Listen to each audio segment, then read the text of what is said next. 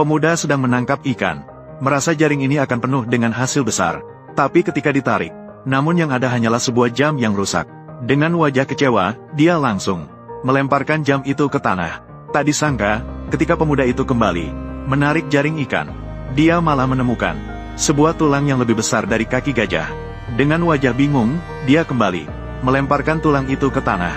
Siapa sangka, saat pemuda itu bersiap untuk membereskan barang dan pulang, tiba-tiba mendengar suara wanita meminta tolong tidak jauh dari situ. Melihat itu, pemuda pun tanpa ragu berlari ke arah suara tersebut, tanpa menyadari di belakangnya seseorang sedang melihatnya. Dengan cepat, pemuda itu berhasil menyelamatkan wanita yang terjatuh ke dalam air. Segera setelah itu, dia bertanya di mana rumah wanita itu. Namun, wanita cantik itu tampak ragu-ragu. Setelah lama, dia tidak bisa berkata-kata. Bahkan dia menyatakan ingin agar pemuda membawanya pulang untuk tinggal beberapa hari. Setelah berjanji menunggu keluarganya menjemputnya, dia pasti akan membalas dengan baik. Saat pemuda itu ragu-ragu, wanita cantik tiba-tiba menemukan di tepi sungai.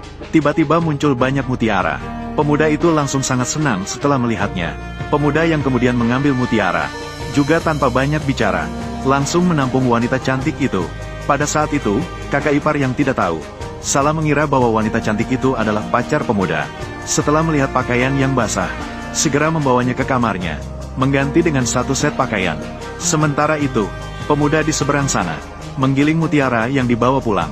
Semua dihaluskan menjadi bubuk. Kakak ipar, tebak apa? Saya telah menyiapkan sesuatu yang baik untukmu. Sampai-sampai jadi sangat misterius. Sekali lihat, jelas bukan barang baik. Lihat apa yang kamu katakan. Kamu lihat, bubuk mutiara. Acuan, Afeng, apakah kamu yakin ini adalah bubuk mutiara? Bukankah begitu? Orang-orang di kota ini semua suka menggunakan ini. Dengar-dengar bisa mempercantik wajah ya. Coba saja, bagaimana? Oleskan sedikit di wajah, sudah cukup. Drama industri emas. Dingin dan licin. Memang ada sedikit perbedaan. Oh, apa? Kami tidak menjual mutiara di sini. Kamu dapat dari mana? Kakak ipar, mutiara ini datang sendiri ke sini. Mengirimkan diri sendiri. Saat itu saya baru saja membawa Xiaoyan ke darat. Drama Jin ya. Bukankah begitu? Saat itu saya baru saja membawa Xiaoyan ke darat, San Jinya berkata. Lalu melihat mutiara ini berkilau di sana. Kemudian kami dengan mudah membawanya pulang. Abang dan abau, apa kamu sudah lupa? Aturan leluhur, barang yang muncul tiba-tiba di tepi sungai tidak boleh diambil. Kenapa kamu tidak mendengarkan? Ini datang sendiri. Jangan sia-siakan, ya kan? Hanya beberapa mutiara saja. Kakak ipar, kamu takut apa? Ini adalah aturan. Barang yang muncul tiba-tiba di tepi sungai, itu adalah barang yang dibuang oleh Raja Naga Sungai. Tidak boleh diambil, nanti akan ada akibatnya. Aduh, kakak ipar, kamu bilang ini harus bagaimana? Ini sudah digiling menjadi bubuk. Tidak mungkin, kita tidak bisa menuangkannya ke sungai lagi. Afeng, kamu pergi ke kuil Dewa Gunung. Katakan saja kepada beliau. Itu adalah kesalahan yang tidak disengaja. Mohon bantu beliau. Baiklah, saya akan pergi setelah makan. Pergi sekarang juga. Masih mau makan apa? Cepat.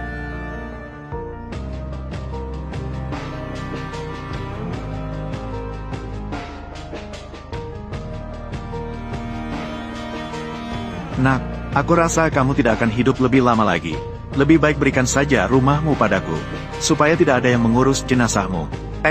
Apakah kamu bisa berbicara? Jika kamu tidak bisa berbicara, lebih baik diam. Kalianlah yang pertama kali menyinggung Raja Naga. Raja Naga akan menghukummu. Kalian sendiri yang mencari mati. Jangan banyak bicara di sini. Xiaoyan, kita tidak usah peduli padanya.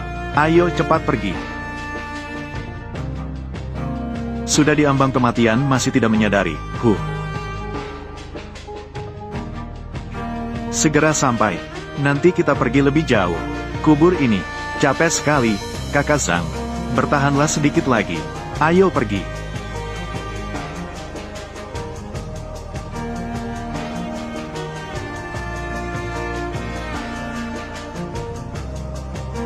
Kakak Zhang, ini apa? Tulang ini tebal dan panjang. Itu juga bukan tulang ikan. Bagaimana bisa muncul di sini? Ketika saya menangkap ikan, juga pernah menangkapnya. Apakah itu benar-benar Raja Naga? Kakak Zhang, kurasa seseorang sedang mempermainkanmu. Saya selalu merasa tidak nyaman di hati.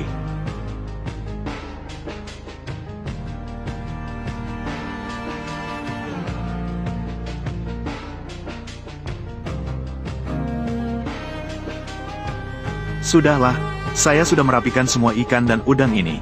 Mari kita cepat pulang. Kakak Zhang, suara apa itu? Sangat menakutkan. Jangan takut, itu pasti suara hewan di dalam hutan. Tidak benar, tidak benar. Ini tidak terdengar seperti suara hewan. Seperti mengangkat. Jangan sembarangan bicara. Hewan di hutan sangat beragam.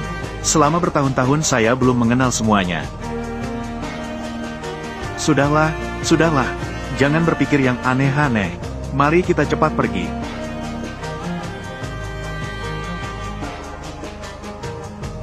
Kakak ipar, kami sudah kembali. Ikan dan udang mati itu sudah ditangani. Tapi, kakak ipar, kami juga mengalami banyak hal aneh hari ini. Di tepi sungai hari ini ada banyak ikan, udang, dan kepiting. Ikan, udang, dan kepiting itu. Begitu melihat saya, mereka merayap ke kaki saya. Tiba-tiba muncul tulang besar. Tidak tahu kenapa. Aduh, pasti ini prajurit udang kepiting. Kami menemukan mutiara. Raja Naga merasa tidak senang. Mengirim tangan untuk menangkap kami. Kakak ipar, kamu terlalu percaya tahayul. Hanya sedikit mutiara saja. Raja Naga masih bisa marah karena ini. Kalau tidak, kita kembalikan sisa mutiara ke sungai. Mungkin Tuan Raja Naga bisa mereda amarahnya. Xiao Song, bagaimana menurutmu?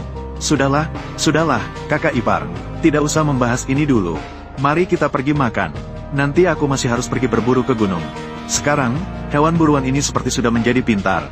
Tidak bisa menangkapnya. Siang nanti aku akan menemanimu pergi.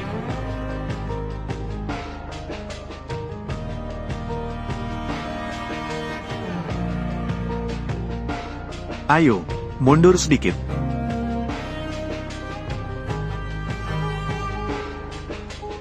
Kakak ipar, hari ini terlalu panas. Kalau tidak, kamu pulang dulu untuk istirahat. Jika tidak, bisa terkena serangan panas. Baik, kalau begitu, aku akan ambilkan sedikit air untukmu. Baik.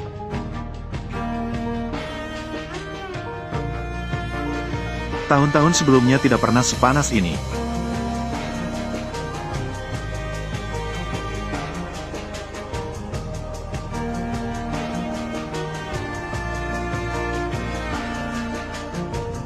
Tolong, ada orang, tolong.